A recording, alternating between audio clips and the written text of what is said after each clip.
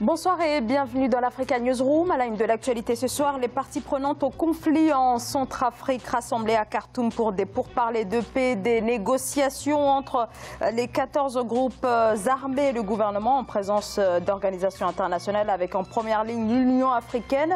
Après les multiples accords qui ont tous échoué, est-il à présent nécessaire de discuter avec les milices? Cette négociation directe avec les groupes armés peut-elle permettre de faire évoluer le processus de paix? On en parle dans le débat. Et l'économie tchadienne toujours au bord de l'asphyxie. Le Tchad fait face à une grave crise économique avec des finances publiques au plus bas depuis la chute des cours du pétrole amorcée en 2014. Le pays est assisté par le FMI et depuis plus de 2 ans, le gouvernement s'est lancé dans une série d'économies drastiques, une politique d'austérité pour faire face notamment à un déficit budgétaire et répondre aussi aux défis de la diversification. La jeunesse togolaise frappée de plein fouet par le chômage et le sous-emploi. Ils sont 35% dans la tranche 15-34 ans selon les économistes. La lutte contre le fléau, l'un des axes majeurs du PND, le plan national de développement du gouvernement.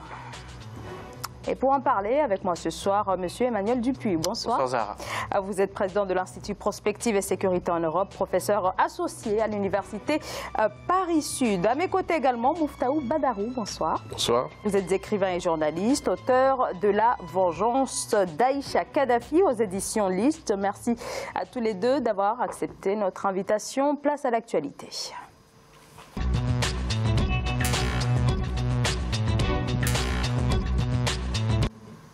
Les autorités centrafricaines ont donc entamé ce jeudi des pourparlers de paix avec les groupes armés toujours actifs sur le territoire qu'ils contrôlent à 80%. Une rencontre sous l'égide de l'Union africaine à laquelle participe aussi l'ONU. À Khartoum, ces négociations portent notamment sur le partage du pouvoir et sur la question de l'amnistie générale. Au total, en 5 ans de conflit, 7 accords de paix ont été signés sans qu'aucun n'aboutisse au retour de la stabilité. Cette rencontre donc de Khartoum peut être celle de la dernière chance pour une sortie de crise. Nelly Claude Ebessa. Khartoum abrite depuis ce 24 janvier 2019 la délégation centrafricaine ainsi que les 14 groupes armés venus participer à un accord de sortie de crise en République centrafricaine. Des négociations attendues au regard du temps mis pour réunir toutes les différentes parties prenantes. Un pas en avant malgré les difficultés à surmonter afin d'obtenir un accord de paix avec des processus d'implémentation et de suivi. Les attentes sont de ramener un consensus autour de la paix et de la stabilité afin d'amorcer le processus de développement et de rétablissement d'un processus normal de l'État centrafricain. C'est de prévoir donc la contribution de chaque acteur à un processus de paix, à un processus politique. Sur le terrain, la majeure partie du territoire national est contrôlée par les groupes armés. Un rapport de force déséquilibré entre les dissidents et les autorités ayant poussé les groupes armés à soumettre au gouvernement une liste d'exigences en août 2018. Ils réclamaient entre autres une amnistie générale ou l'autonomisation des régions du pays. C'est déjà un pas important que d'avoir réussi à ramener autour de la table de négociation tous les groupes armés qui agissent sur le territoire centrafricain. Le second serait de les amener à valider le plan de paix qui leur sera soumis et surtout arriver à mettre en œuvre ce plan de paix. Rappelons que ce dialogue de réconciliation est le énième organisé en vue de mettre fin au conflit que la République centrafricaine traverse depuis 2013. Alors les groupes armés vont donc pouvoir à présent discuter directement avec les autorités pro-gouvernementales. Muftaou Badarou, est-ce que ce n'est pas un aveu d'échec là, du côté du gouvernement après 5 ans de conflit? Et par ailleurs, est-ce que ça montre que voilà, c'est le moment de négocier avec les groupes armés? C'est toujours le moment de négocier. Quand la paix est menacée dans un pays, il n'y a pas de moment propice à la négociation. À tout moment, le gouvernement en place doit être disposé à entamer les pourparlers pour ramener la paix dans ce pays. Mais moi, ce qui m'interpelle surtout, c'est que c'est une situation vraiment ubiesque, la situation centrafricaine. Voilà des groupes armés qui contrôlent 80% du territoire national centrafricain et qui ont en face d'eux une armée absolument désarmée. Voilà. Parce que l'armée centrafricaine, tout comme les groupes armés, hein, sont soumis, n'est-ce pas, à l'embargo sur les armes, décrété par les Nations Unies. Mais on remarque bien que les groupes armés, ils sont bien équipés. Mais en face, l'armée centrafricaine ne peut pas s'équiper comme elle le souhaite. Donc, l'enjeu de ces assises, c'est vraiment de concilier, on va dire, des positions tranchées. Parce que le fort a toujours tendance à pousser un peu trop loin le bouchon. Les groupes armés qui contrôlent 80% du territoire centrafricain, eh bien, posent des exigences. Ce n'est même pas des propositions. Ces groupes armés posent des exigences. C'est-à-dire que nous, on veut participer au pouvoir alors qu'ils ont pris les armes. Et on souhaite aussi l'amnistie générale. Mais on sait ce que c'est que l'amnistie générale. L'amnistie générale garantit l'impunité. Donc, les enjeux, c'est jusqu'où le gouvernement centrafricain, qui est quand même dans une faible position, jusqu'où le gouvernement centrafricain peut céder face aux exigences des groupes armés. Voilà. Emmanuel Dupuy, alors quel accord peut sortir à l'issue de cette rencontre après différents accords? On évoque 7 accords depuis 5 ans maintenant qui ont tous volé en éclats. D'ailleurs, il y a encore quelques mois à Khartoum, puisque la précédente réunion en août dernier, qui n'était pas du tout dans la même configuration, parce qu'elle n'était pas sous parrainage de l'Union africaine et de l'ONU, puisque c'est le cas, avec la présence du sous-secrétaire général chargé des opérations de la paix, l'ambassadeur Lacroix, et bien sûr le commissaire à la paix et la sécurité, Ismail Chergui, qui sont les 2 parrains de cette initiative. Mais vous avez raison de dire que depuis le pacte de Bangui de 2015, on ne compte plus les différentes tentatives de stabilisation. Les derniers accords sur lequel s'appuie ce calendrier qui amène à cette réunion de Khartoum, c'était en juillet 2017 à Libreville, où déjà on avait parlé d'un cessez-le-feu, où déjà on avait parlé d'un processus de reconstruction, où déjà on avait parlé d'un processus de justice transitionnelle qui n'était pas l'amnistie générale, faut-il le rappeler. Donc moi je ne suis pas certain qu'il va sortir de Khartoum grand-chose. Par contre, ce que cela révèle, évidemment, c'est une omnipuissance des groupes armés. 14 groupes armés qui sont présents, on en compte 18 sur le pays, mais la plupart sont présents, notamment les 2 principaux, ceux qui ont encore fait le coup de feu à Bombari il y a quelque temps, l'UPC, et bien évidemment les restes de l'ex-Seleka avec le FPRC, le Front pour le Renouveau centrafricain, de l'ancien numéro 2 de la coalition de Seleka, donc Noureddine Adam. Ce qui prouve qu'il y a aussi une réflexion sur le rôle des pays du voisinage. Vous l'avez très bien dit, il y a un embargo sur les armes qui est malheureusement encore en place depuis décembre 2013, alors même que les armes circulent au niveau des 3 régions frontalières. Alors en parlant d'armes, est-ce que le positionnement du Soudan n'est pas quelque peu problématique dans cette histoire? Le positionnement du Soudan, comme le positionnement du Tchad, comme le positionnement d'un certain nombre d'autres pays du voisinage est tout aussi problématique, car n'oublions pas qu'il y a 2 formes de rébellion, celle des anti-Balaka, celles qui ont été chassées du pouvoir en 2013, et la rébellion née de la conjonction d'intérêts de l'ex-Seleka qui est arrivé au pouvoir avec Michel Djotodia. Donc tout ça pour dire qu'à Khartoum se joue premièrement la crédibilité de la communauté internationale, qui réussira-t-elle ou non d'avoir un accord.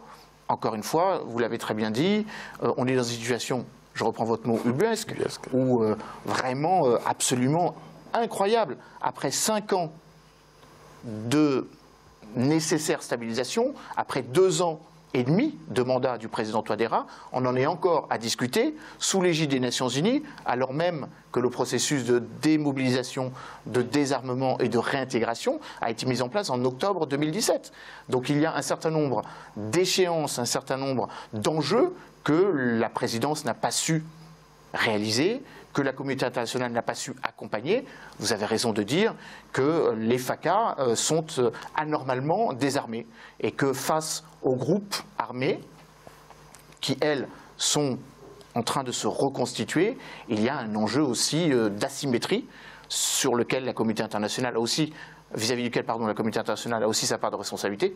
Je rappelle que la MINUSCA, en place depuis 2014, c'est quand même 12 000 hommes, oui. Et que malheureusement, il y a encore des attaques, encore une fois, à Lindao, encore récemment, où 40 personnes ont été tuées il y a de ça quelques mois. Muftaou Badarou.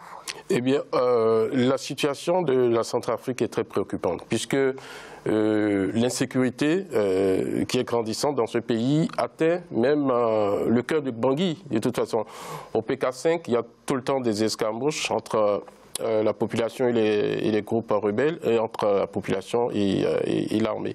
Et donc, ce qui est préoccupant, ce qui est d'autant plus préoccupant, est-ce qu'un gouvernement aussi affaibli, est-ce qu'il y a vraiment, la puissance, la faculté d'imposer sa volonté aux groupes rebelles? Je ne crois pas. Un gouvernement aussi affaibli ne peut en aucun cas imposer sa toute puissance. Le rapport de force, le gouvernement... Le rapport de force est en défaveur absolument du gouvernement centrafricain. Puisque, comme l'a souligné mon collègue, mon co-débatteur, eh bien, les accords, ce n'est pas les accords qui ont manqué dans ce pays. En 2015, en 2017, il y a eu des accords. Mais qu'est-ce qui a résulté de ces accords? Pas grand-chose. Cette fois aussi, moi, je trouve que le problème, il est très simple, à mon avis. Il ne peut pas y avoir, d'accord tant que l'État centrafricain restera faible. Ce n'est pas possible. La présence c'est bien bon qu'il y ait des casques de l'ONU en Centrafrique, mais qu'est-ce qu'ils font concrètement, ces casques de l'ONU? Ces casques de l'ONU devaient absolument appuyer l'armée centrafricaine. Je trouve que le problème sera résolu le jour où l'armée centrafricaine sera forte et contrôlera vraiment le pays. Et que aussi que le Soudan arrête de jouer au jeu trouble qu'il est en train de jouer.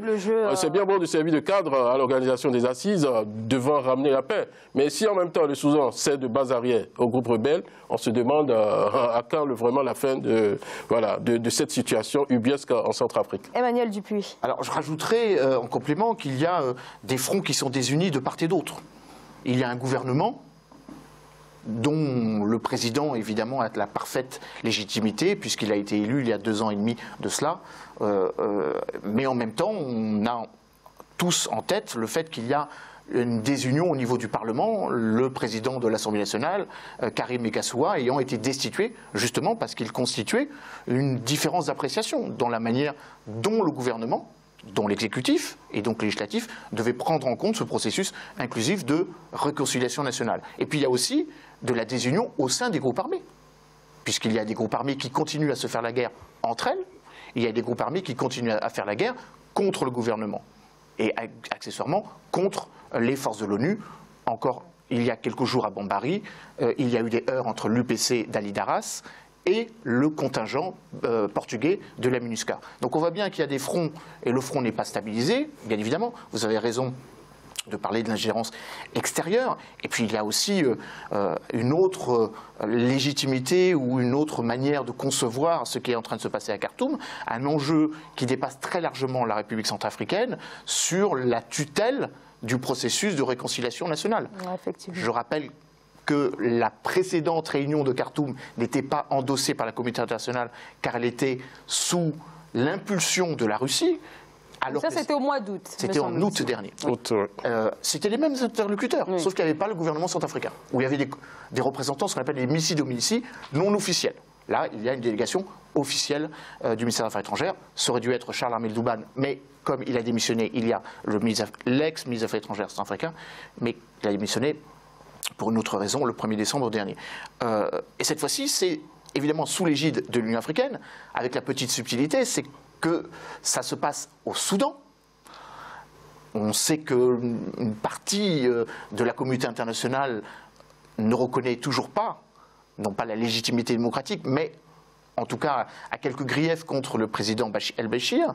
Et bien évidemment, c'est une victoire diplomatique de la Russie. Oui. La plupart des groupes armés ont été véhiculés par la Russie. C'est un fait. Et je dis cela parce que le ministre des Affaires étrangères français, Jean-Yves Le Drian, il y a encore quelques jours, précisément la semaine dernière, a dit qu'il faut que la Russie ne s'ingère plus dans ce dispositif en mettant en avant le fait qu'à Khartoum, c'est l'Union africaine en tant que telle. Mouftahou Badarou. Oui, cette situation, elle est vraiment cauchemardesque parce qu'il y a comme une confrontation, n'est-ce pas, entre... Ça rend encore un peu plus compliqué. Ça complique la situation. Ça complique la situation puisque de plus en plus, la Centrafrique devient le théâtre de la confrontation entre la Russie et, on va dire, l'Europe ou précisément la France. Voilà. Donc ça, c'est très compliqué puisque... Comme on l'a souligné il y a encore quelques mois de cela, la Russie est en train de procéder à un véritable travail de sape de l'influence française en Centrafrique. Et la Russie veut faire de la Centrafrique vraiment le cheval de proue, n'est-ce pas, la tête de pont de son regain d'influence en Afrique. Et là, quel est l'intérêt des Centrafricains? Cette confrontation entre les puissances. Les Centrafricains n'ont pas aucun intérêt dans cette confrontation. Ce qui peut être intéressant, comme je le disais tout à l'heure, il faut absolument un État fort. Il n'y a qu'un État fort qui puisse imposer la paix. Tant que l'État restera faible, tant que la Centrafrique restera faible, tant que les forces armées centrafricaines, les FACA, resteront sous-équipées et faibles, ça sera très difficile pour le président Touadéra et peut-être un autre qui viendra après lui d'imposer la paix en Centrafrique. L'équation, elle est simple, à mon avis. Il faut absolument renforcer les défenses de ce pays. Absolument. Et pour ça, il faut un accord. Ah oui, il faut un accord, d'accord. En complément, non seulement il faut que les FACA, d'ailleurs le nombre des FACA est quand même relativement faible, hein. On parle de 5 000 à 6 000 hommes. D'ailleurs c'était une mission non seulement des Nations Unies mais de l'Union Européenne. Il ne faut pas oublier que l'Union Européenne, à travers la mission EUFOR RCA, avait pour objectif non pas d'armer mais d'entraîner. Mais vous avez raison.